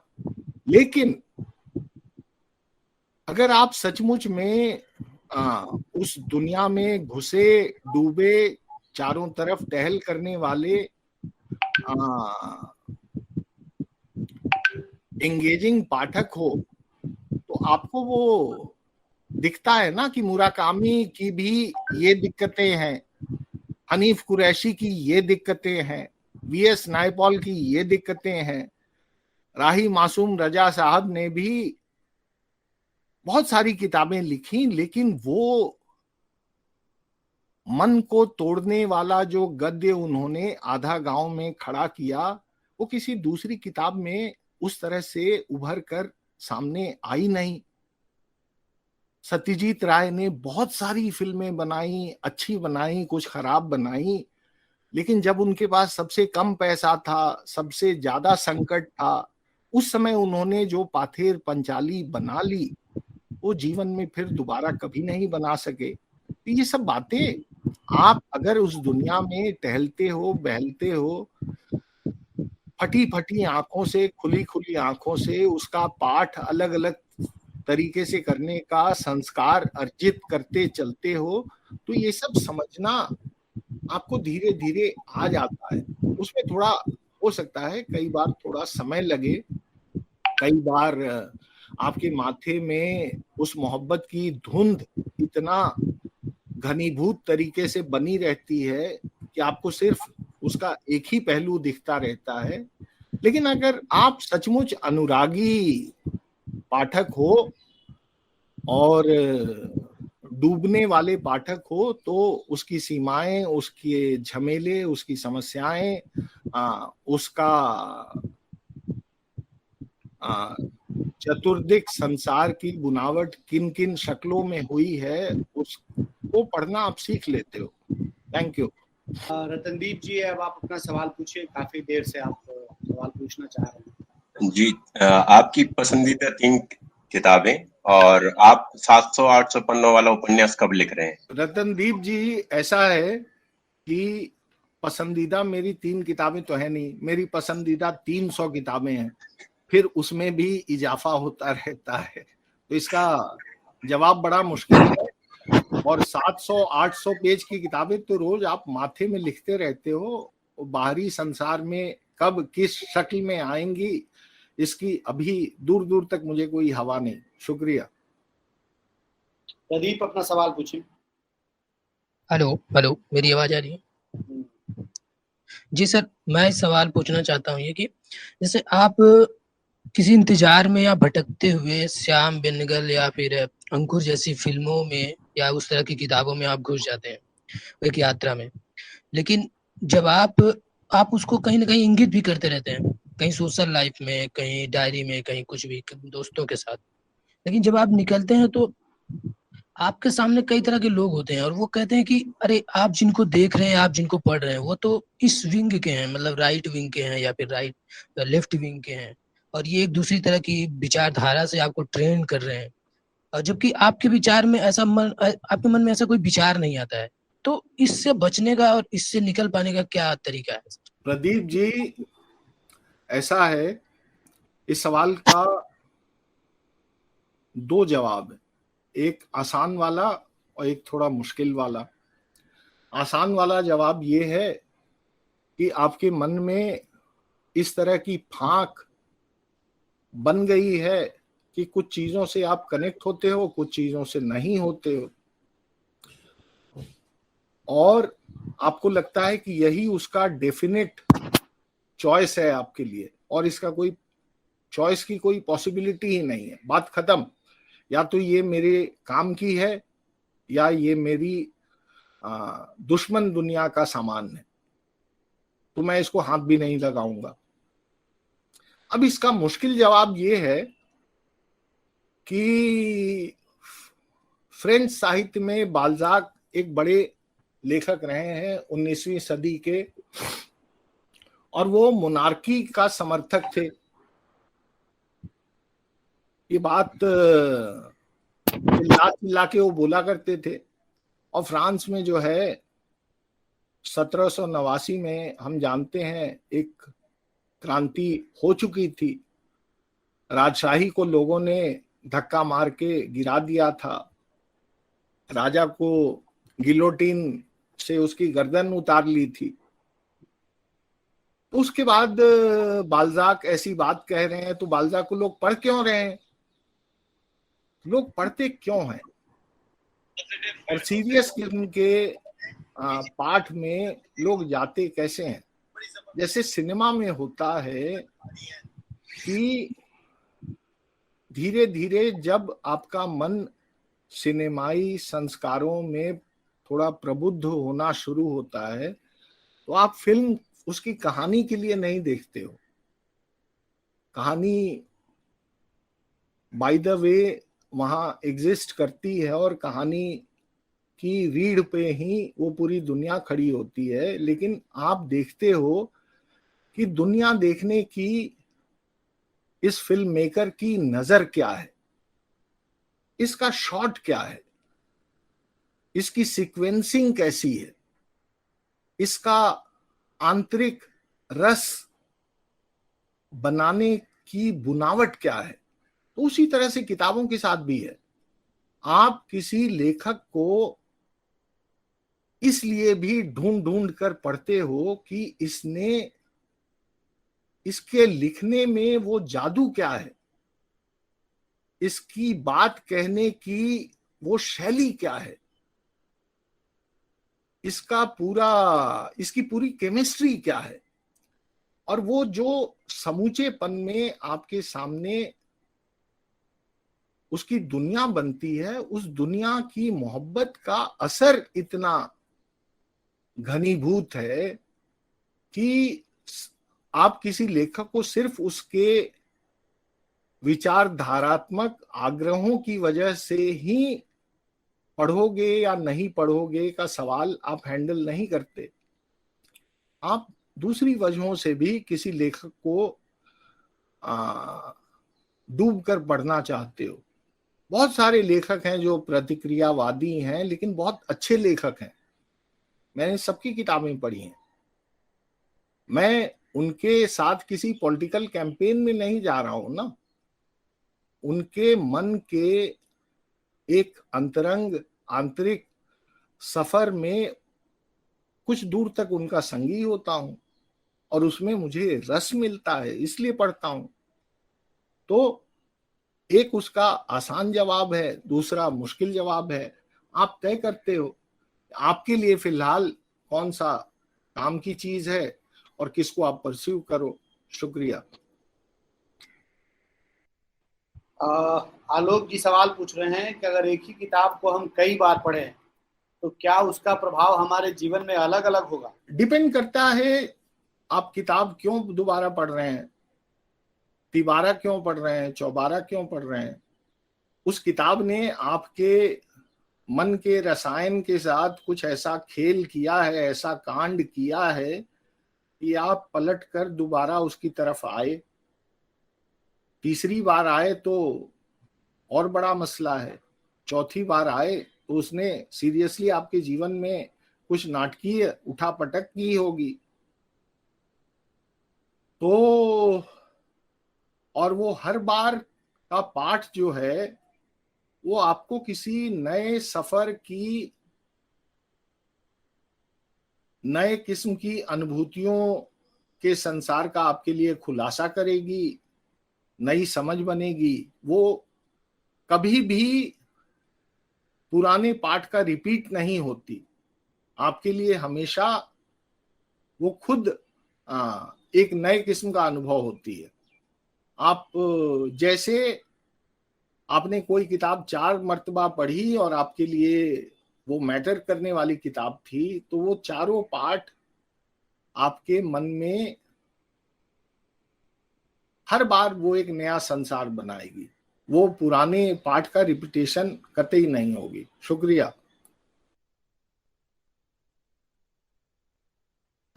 हाँ सर, मेरा एक प्रश्न है कि जैसे सर अगर हम लोग कोई बुक पढ़ते हैं, विशेष रूप से साहित्य की हो गई, जैसे गोदान हो गया, ग्लोबल गांव का देवता हो गया, या कोई कविता संग्रह हो गया, भूमि कैसे संसद से सड़क तक हो गया। सर जब हम लोग पढ़ते हैं तो सर एक निराशा हाथ लगती है और यह ऐसा लगता है कि ये समस्या कब समाधान होगा इसका, और इसके लिए सर हम लोग बहुत उदास हो जाते हैं या मन में कचोटता रहता है कि इसको कैसे सुधारा जाए। जहां तक प्रश्न या विचार आता है सुधारने का प्रयास किया जाता है, लेकिन जिनके हाथ में इस चीज को सुधारने की बागडोर है, या सीधा सीधा कहें जो राजनीतिक पार्टियां हैं जिनके पास सत्ता है, वो छोटी सी छोटी भी घटनाएं कोई होता है तो कहते हैं हम संज्ञान में लेते हैं, इसका निवारण किया जाएगा, उचित न्याय होगा। लेकिन सर किसी पुस्तक की कभी वे समीक्षा नहीं लिखते हैं या कोई प्रश्न पुस्तक से नहीं लिखते हैं। जब तक वे अगर इस पुस्तक को या इन समस्याओं का अध्ययन नहीं करेंगे तो सर क्या इस समस्या का निवारण किया जा सकता है? या फिर नेता लोग जो भी हैं हमारे लोकतंत्र के, वे क्यों नहीं ऐसा पढ़ना चाहते हैं? आखिर देश की जितनी समस्या है सर, वह अप्रत्यक्ष रूप से किताबों में ही समाहित है, और अगर 10 किताबों को पढ़ के अगर वो इसका निवारण करना चाहें तो देश की आधी समस्या समाप्त हो सकती है, लेकिन सर वो ऐसा क्यों नहीं करना चाहते हैं? अमितेश जी, इसका जवाब आप दीजिए भाई। इसका जवाब मुझे लगता है इरफान सर देंगे। ये तो बहुत भोला सवाल है। जिनका भी है, मैं उनका नाम भूल गया, वरुण या क्या नाम था, जगत, हाँ जगत। ये एक बहुत ही आपकी भोली सदिच्छा कहूंगा कि जिन लोगों के पास इस प्रतिनिधि मूलक लोकतंत्र में पावर आ गया है, वो समस्याओं का कोई निदान देंगे, ये अपेक्षा करना ही अपने आप में एक भोलापन है। मैं समझता हूँ कि जितनी जल्दी हो उससे निकल जाना चाहिए। इस जो वो है रिप्रेजेंटेटिव डेमोक्रेसी में किसी नेता या किसी विधायक या किसी सांसद से ये अपेक्षा करना कि वो अपने समाज को समझेगा और लोगों की भलाई करेगा, जबकि उसकी पूर्व शर्त ही है कि वो आपको अर्धशिक्षित, अज्ञानी, असहाय, निरुपाय रखे, तभी आपके ऊपर वो शासन कर सकता है। और इसका दूसरा अर्थ है कि वो अपने लिए निजी लाभ कमा सकता है, अपनी सत्ता को, अपनी ताकत को, अपने धन बल को सुरक्षित रख सकता है। तो ऐसे में आपको ही ये जिम्मेदारी लेनी पड़ेगी और अपने जो समरूपा सोच के लोग हैं उनके साथ संगठन बनाकर या एक साथ बनाकर समाज में किसी भी तरह के सांस्कृतिक जागरण या सांस्कृतिक नवचेतना के लिए प्रयास करना पड़ेगा, जैसा कि पहले जमानों में राजा राम मोहन राय या फिर पत्रकारिता में गणेश शंकर विद्यार्थी और दूसरे लोगों ने किया। तो ये मैं कहूँगा कि सदिच्छा ये जरूर है आपकी, लेकिन इसमें कोई तत्व और संभावना मुझे नहीं दिखाई देती। जो ये सवाल था ना, अंकुर वाले सवाल पर जो एक किसी ने पूछा कि भाई जब हम हाँ प्रदीप ने कि जब हम अंकुर फिल्म देख लेते हैं तो हमारे ऊपर आरोप लगाया जाने लगता है कि आप एक ऐसी फिल्म देख रहे हैं जिसमें आपका दिमाग भ्रष्ट करने के लिए कुछ नक्सली लोग जो हैं वो साजिश कर रहे हैं। मतलब मैं ये समझा मोटे तौर पर। तो इसमें मैं समझता हूँ कि डिफेंसिव होने की जरूरत क्यों है। आप ये भी तो पूछ सकते हैं कि जो यथास्थितिवादी साहित्य है, उदाहरण के तौर पर पूरा जो गीता प्रेस गोरखपुर का जो वो है साहित्य है, उसके बारे में तो आप नहीं कहते कि वो यथास्थितिवादी साहित्य है, और वो मैं उसको दक्षिणपंथी वामपंथी में नहीं कह रहा हूँ, लेकिन जब अगर आपसे कोई ये कहकर आपको असहज कर देता है कि आप श्याम बेनेगल या गिरीश कार्नाड या फिर गोविंद निहलानी, सईद अख्तर मिर्जा की फिल्में आप देख करके आप अर्बन नक्सलों के प्रभाव में आ रहे हैं, तो इसका प्रतिप्रश्न ये हो सकता है कि आप जो रिग्रेसिव सिनेमा या लिटरेचर है उसके बारे में आप उतने ही साहस के साथ सवाल उठाएं। और रह गई बात पक्ष विपक्ष की, ऐसा कोई भी कंटेंट नहीं है जिसका अपना पक्ष या विपक्ष ना हो। ये जो न्यूट्रल नाम की चीज है वो एक पाखंड है, और उस चक्कर में जितनी जल्दी हो उससे बाहर निकल आना चाहिए। पक्ष या विपक्ष ये दो ही तरह की चीजें मेरे हिसाब से होती हैं। ये तो मुझे इस प्रश्न के जवाब में कहना था। और अब रह गई बात इसकी, जो अमितेश जी आपने कहा कि मैं अपनी बात कहूं, तो मैं अपनी बात अपनी ही किसी पिछली बात से फिर से जोड़ना चाहता हूं कि देखिए, जब हम कोई चीज पढ़ने जाते हैं तो हमको ये जरूर देखना चाहिए कि हम उसको क्यों करने जा रहे हैं, क्यों पढ़ने जा रहे हैं। अधिकतर बार जो चीज हमें बहुत अच्छी लगती है वो हमारे ही मन में मौजूद पहले से जो हमारा जो मनोजगत है उसका एक तरह का पृष्ठ पोषण करती है। ये थोड़ा सा से सावधान रहने की जरूरत होती है कि हम उसी, जैसे कि गुनाहों का देवता एक ऐसा उपन्यास है, आप पाएंगे यहाँ जितने भी लोग जुड़े हुए हैं 40-45 लोग, वो उनमें से 80-90% बड़ी सहजता से कह सकते हैं कि गुनाहों का देवता वाह वाह कितना अच्छा, या शेखर एक जीवनी वाह वाह कितना अच्छा।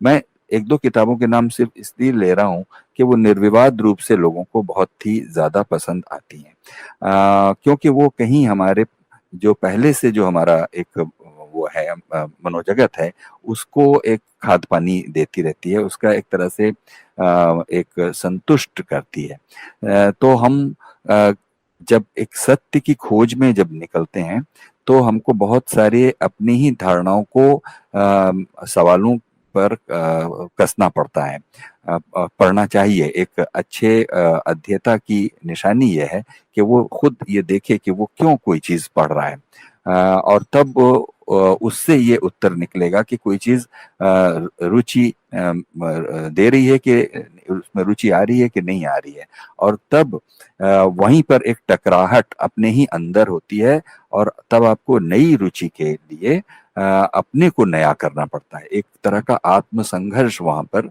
होता है। मैं पाठ्य पुस्तकों के बारे में नहीं कह रहा हूं, जिसने किसी ने रामचंद्र शुक्ल की किसी किताब के बारे में कहा। आमतौर पर जो पाठ्य पुस्तकें हैं वो तो आपको विवशता में वो एक अनिवार्यता है, उनको तो आपको पढ़ना ही पड़ेगा, 5 प्रश्नों के उत्तर लिखने ही पड़ेंगे, और पास करके अपने पिताजी को अपने पास होने का सर्टिफिकेट दिखाना ही पड़ेगा।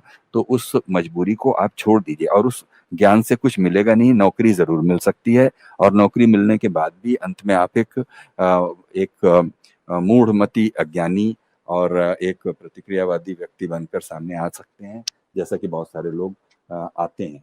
मतलब स्कूल की शिक्षा, पाठ्यक्रम की शिक्षा को कामयाबी से कर लेने भर से आपका काम पूरा नहीं हो जाता। एक नागरिक के रूप में आप अपने समाज की जो सच्चाइयां हैं, जो दूसरे लोगों ने अपने अनुभव से सीखी और बयान की, हम कैसे एक उनके अनुभव की एक जो जैसे कहते हैं फारसी में जो है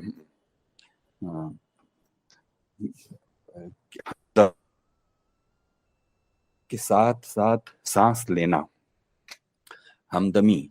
तो ये हमदमी के लिए जरूरी होगा कि हम अपने जो हमारी जो क्षेत्रीय जो सच्चाइयां हैं, क्षेत्रीय समाज की सच्चाइयों से अलग, अगर हम एक कहते हैं कि हम एक विविधता से भरे एक भारत में रहते हैं जहां अनेक प्रकार की संस्कृतियां, खान पान और बोली भाषा है, उसके लिए जरूरी होगा कि हम अपने अगर सिर्फ भारत की ही बात करें तो अनेक प्रकार का क्लासिक से लेके कॉन्टेम्प्रेरी साहित्य तक, उसके लिए हमें अपने मन की भूमि को इतना लचीला और नम बनाना पड़ेगा जहां हम हर तरह के साहित्य को इस हमदमी के लिए कि हम साथ साथ एक भारतीय नागरिक होने के नाते हम साथ साथ हम एक तमिल, एक असमिया, एक उड़िया के साथ सांस ले पा रहे हैं कि नहीं।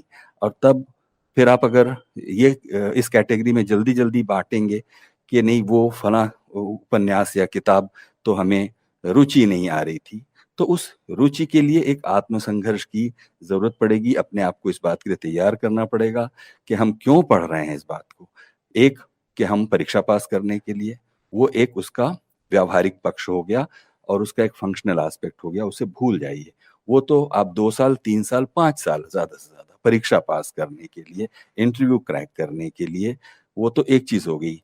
दूसरी चीज हो गई कि ड्राइंग रूम की गपशप में अपने ज्ञान का लोहा मनवाने या हेजिमनाइज करने या अपना एक वर्चस्व साबित करने, एक वो भी एक उसका पढ़ाई का एक छोटा सीमित और एक मैं कहूँगा नकारात्मक अप्रोच है।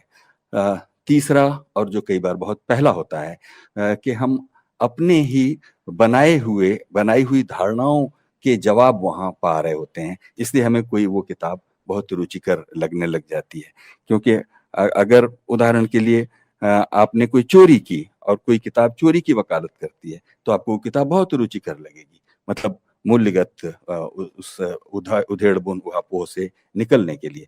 तो इन 3 प्रकार के फंक्शनल कारकों को अगर छोड़ दें तो चौथा जो सबसे बड़ा कारक है, जिसके बारे में प्रमोद भाई ने शुरू में कहा कि ये आपके अंदर वो एक जो जगमग है वो पैदा कैसे होती है, और वो पैदा करने के लिए खुद आपको कुछ कोशिश करनी पड़ती है, अपने आप को बदलना पड़ता है, अपने मन में प्रश्नों का एक जाल जैसा खड़ा करना पड़ता है। मुझे खुद याद है प्रमोद भाई, जिन दिनों मुक्तिबोध की रचनावली पढ़ रहे थे, उन दिनों पढ़ते पढ़ते एक समय ऐसा आया जब वो बीमार पड़ गए। इसका ये मतलब नहीं है कि मुक्तिबोध की किताबें बीमार बनाती हैं, इसका मतलब यह है कि उसका एक न्यूरो फिजिकल असर होता है, और बहुत आप उसको कई बार संभाल पाते हैं, कई बार नहीं संभाल पाते हैं। अगर वो किताबें इसलिए पढ़ी जा रही होती कि उनको पढ़ने के बाद अंत में कहीं पर ज्ञान बघारना है, कहीं पर अज्ञानियों को नीचा दिखाना है, कहीं पर इंटरव्यू पास करना है, कहीं पर अपने ही मन के अंदर मौजूद चोर को एक संतुष्ट करना है, ये इन तीनों प्रकार के कारकों में के बिना वो किताबें पढ़ी जा रही थी, जो शायद अपने ही मन की जगमग की तलाश में हो रही थी। तो मैं ये कहूँगा, क्योंकि कई बार सवाल आता है, तो सवाल जो जितने भी सवाल यहाँ, चाहे वो मैसेज बॉक्स में आए हों या लोगों ने पूछे हों, ये सवाल जो हैं ये अभी बहुत फंक्शनल नेचर के सवाल हैं। अभी इस प्रमोद भाई के वक्तव्य के मर्म को थोड़ा समझने की जरूरत है। ये रिकॉर्डिंग हो रही है, मैं उम्मीद करता हूं कि आप आने वाले दिनों में इस रिकॉर्डिंग को आप दोबारा सुनेंगे और लाभान्वित हो पाएंगे, और ये सवाल अपने आप से पूछ पाएंगे कि वो सवाल भी हमने क्यों पूछा, जो सवाल इस अभी मैसेज बॉक्स के ट्रेल में मौजूद है। तो मुझे यही लगता है कि इस समय जबकि आपके सामने एक बहुत तेजी से एक समाज बदल रहा है, जिसके बहुत सारे जवाब आपके पास नहीं होते हैं, उनके कुछ जवाब आपको न सिर्फ फिक्शन, नॉन फिक्शन और भी तरह की यात्रा संस्मरणों में, डायरियों में, रेखा चित्रों में, सब जगह मौजूद हैं। हम क्या अपने आप को इतना लचीला, नम और अपनी प्लास्टिसिटी अपने मन के भीतर वो पैदा कर पा रहे हैं कि हर तरह की चीज को बिना ये सोचे कि मुझे अच्छा नहीं लगा। अगर मैं आपको MS सुब्बुलक्ष्मी का कोई भजन सुनाऊं तो आप अगले ही पल बोलेंगे कि समझ में नहीं आया। जैसे कि आपको बहुत कुछ समझ में आ जाता है, जैसे कि आपको ये समझ में आ जाता है कि मई महीने में जो प्रवासी मजदूर सड़कों पर हजारों किलोमीटर चल रहे थे, वो क्यों चल रहे थे, क्या ये आपको समझ में आ गया? जब आपको वो समझ में नहीं आता, तो आपको MS सुब्बुलक्ष्मी के इस भजन पर ये पूछने का अधिकार नहीं है कि वो आपको समझ में नहीं आया। और ऐसे अनेक चीजें, यानी आपको अभी अपने समझ को भी प्रश्नांकित करना, एक आत्मसंघर्ष चलाना, उसकी जरूरत पड़ती है।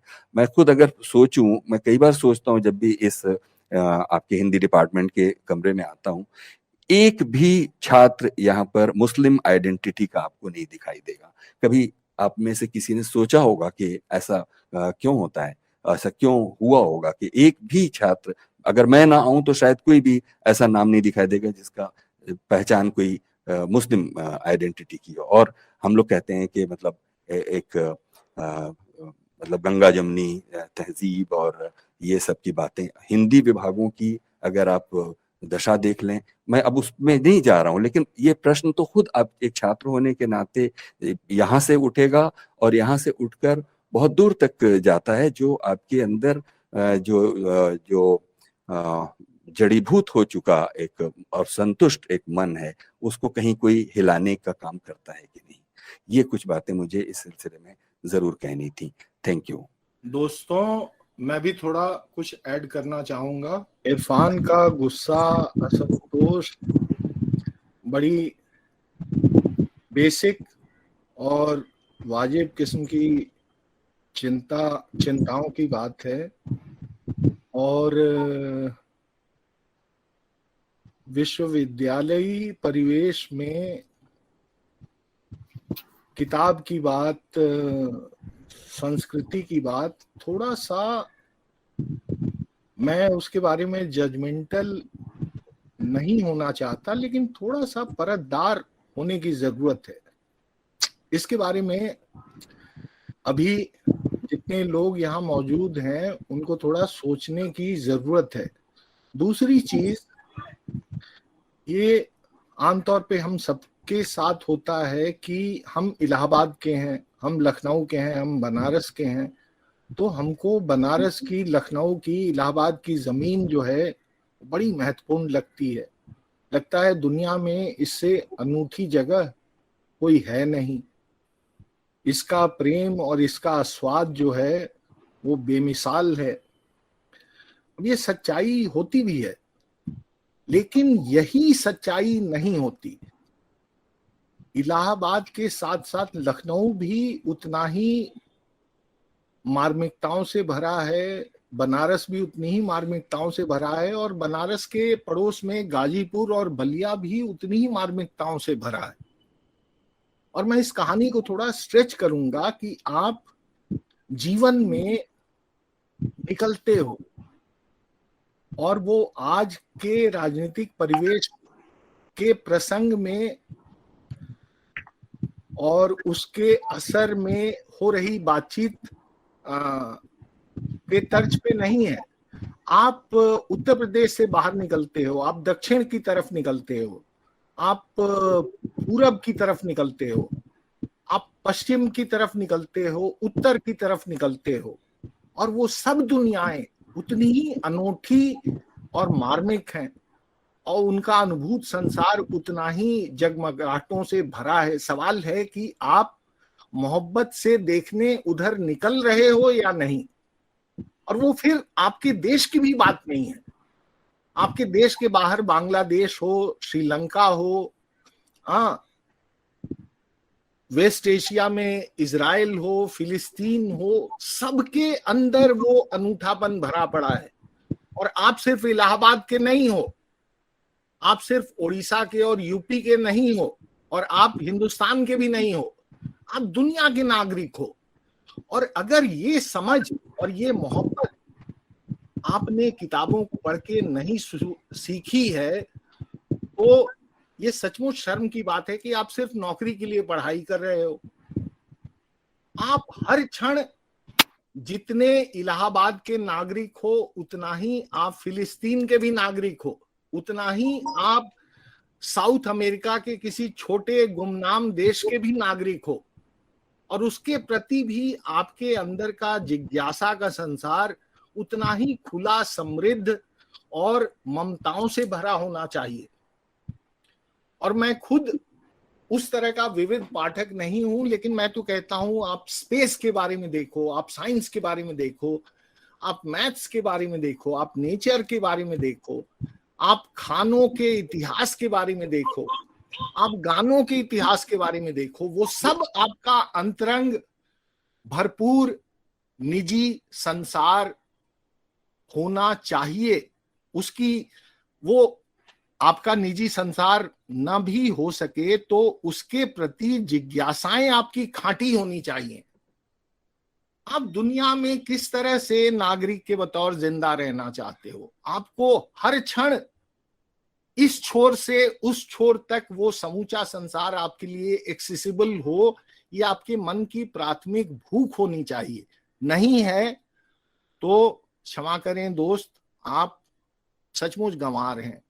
और ये गंवार होना हम सबके लिए, आपके लिए ही नहीं, हम सबके सामूहिक शर्मिंदगी का मसला है। तो उसको इस नजर से भी और इस मोहब्बत से भी, और भारत तो इतना विविधताओं भरा, इतनी सारी लोगों की आवाजाहियों का संसार रहा है, तो उसमें से किसी भी समुदाय का, उस समुदाय के किसी भी व्यक्ति का जो निजी सामाजिक जीवन है, वो हम सबकी सामूहिक विरासत है। और इस चीज को जब भी हम माथे के पीछे कहीं छोड़ देंगे तो हमारी नागरिकता का आकार, उसकी ऊंचाई थोड़ी छोटी हो जाएगी, हम बौने हो जाएंगे, हम थोड़े घटिया किस्म के इंसान हो जाएंगे इस बड़ी दुनिया में।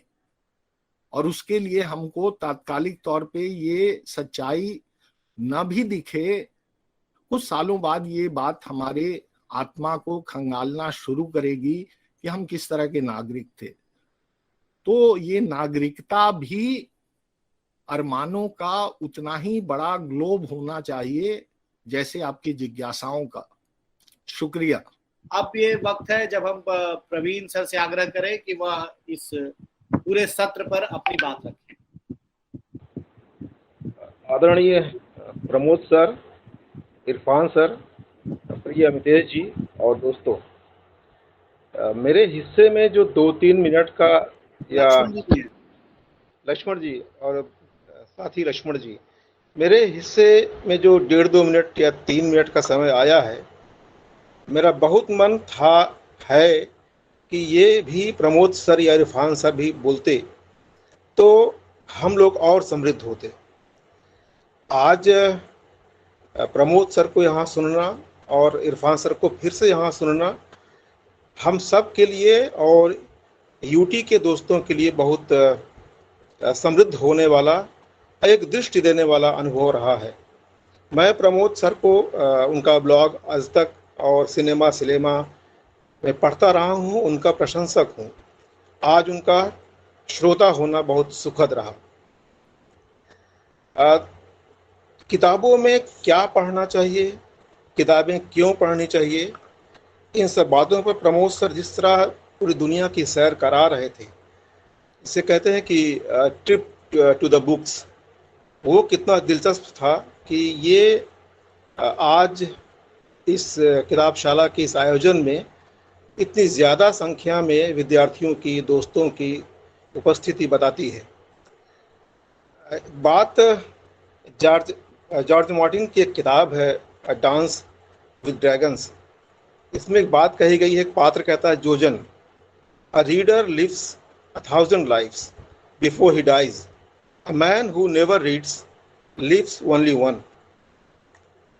प्रमोद सर ने संकेतों में और कई तरह के सुंदर संकेतों के साथ उन तमाम जिंदगियों के बारे में, कई जीवन के बारे में होने की वजह या उन जीवन के करीब जाने का रास्ता बता रहे थे। मैं तो अमितेश जी को और यूटी के दोस्तों को ये सलाह दूंगा कि कभी आगे किसी कार्यक्रम में अंडरस्टैंडिंग सिनेमा या अंडरस्टैंडिंग लिटरेचर को लेके 3-4 दिन की कोई कार्यशाला करें, जिससे प्रमोद सर और इरफान सर उसे चलाएं और हम सबको एक बड़ा मौका होगा एक नई दुनिया को जानने और समझने का। दोस्तों, किताब शाला में जब भी आता हूँ या इस पूरी योजना और इसके योजनाकार श्री अमितेश जी के लिए बहुत सम्मान मन में जागता है कि एक ऐसे समय में किताबों से दूरी होने की बहुत सारी वजहें सामने हैं। ऐसे में किताबशाला का आयोजन करना और इस तरह का अनूठा, दिलचस्प और बौद्धिक आयोजन डिज़ाइन करना बहुत अच्छी बात है, बड़ी बात है। और मैं चाहूँगा कि ये किताबशाला चलती रहे, इसमें प्रमोद सर आते रहें, इरफान सर आते रहें और हम सबको समृद्ध करते रहें। बहुत बहुत धन्यवाद। और आज के कार्यक्रम में अब हम धन्यवाद प्रस्ताव की तरफ बढ़ रहे हैं। धन्यवाद करेंगे यूनिवर्सिटी थिएटर के सदस्य आदर्श। तो पहली बात तो मुझे पता नहीं कैसे करना होता धन्यवाद, तो मैं जैसे जैसे समझ में आएगा करता हूँ। तो सबसे पहले प्रमोद सर का धन्यवाद। सर को सुनते हुए लग रहा था सर अपने आप से बात कर रहे हैं और काफी थेरेपेटिक जैसा था कि किस तरह से किताबों से आप इंगेज होते हैं, किस तरह से आपको पहली बार कोई किताब बहुत अच्छी लगती है, फिर आप उससे उसकी कमियां खोजते हैं ना, ऐसे बहुत सारी चीजें। और भी वो चीजें मुझे जो याद आ रही थी, उनमें से एक और मैं एग्जाम्पल बताना चाहूंगा। एक फिल्म है अब्बास किरोस्तामी की, वेयर्स माय फ्रेंड्स हाउस। तो उसमें एक बच्चा रहता है, वो एक दोस्त की नोटबुक ले आता है, उसको वापस करने जाता है, तो वो वापस तो कर नहीं पाता, पर टेढ़े मेढ़े रास्ते से वो कहीं पहुंचता है और ऐसे पहुंचते पहुंचते वो वापस नहीं कर पाता। तो शायद ऐसा ही कुछ आर्ट वार्ट को लेके होता है कि ऐसा ही सब सर कुछ बता रहे थे कि पर्पस नहीं है किसी चीज का, हमको पता नहीं हम किस तरफ लीड कर रहे हैं, शायद अननोन की तरफ कुछ लीड कर रहे होते हैं। और इसी सब के बाद सर का, प्रमोद सर का धन्यवाद, इरफान सर का धन्यवाद, प्रवीण सर का धन्यवाद, लक्ष्मण सर का धन्यवाद, अंकित सर का धन्यवाद, रत्नदीप सर थे उनका धन्यवाद, और सबका धन्यवाद। सबसे ज्यादा अमितेश सर का धन्यवाद। और इसको एक रिफॉर्म करने के लिए किताबशाला से, जिससे हम दोबारा इसको नए तरीके से इंगेज हो सके। आज अभी आधे घंटे से लोग तय करें क्या किताब पढ़ना शुरू करना है और उसके बाद क्या पढ़ना है और उसके बाद क्या पढ़ना है। ये लगातार चलने वाली यात्रा है। बहुत खूब, बहुत इसको भूल न जाएं कृपया। शुक्रिया।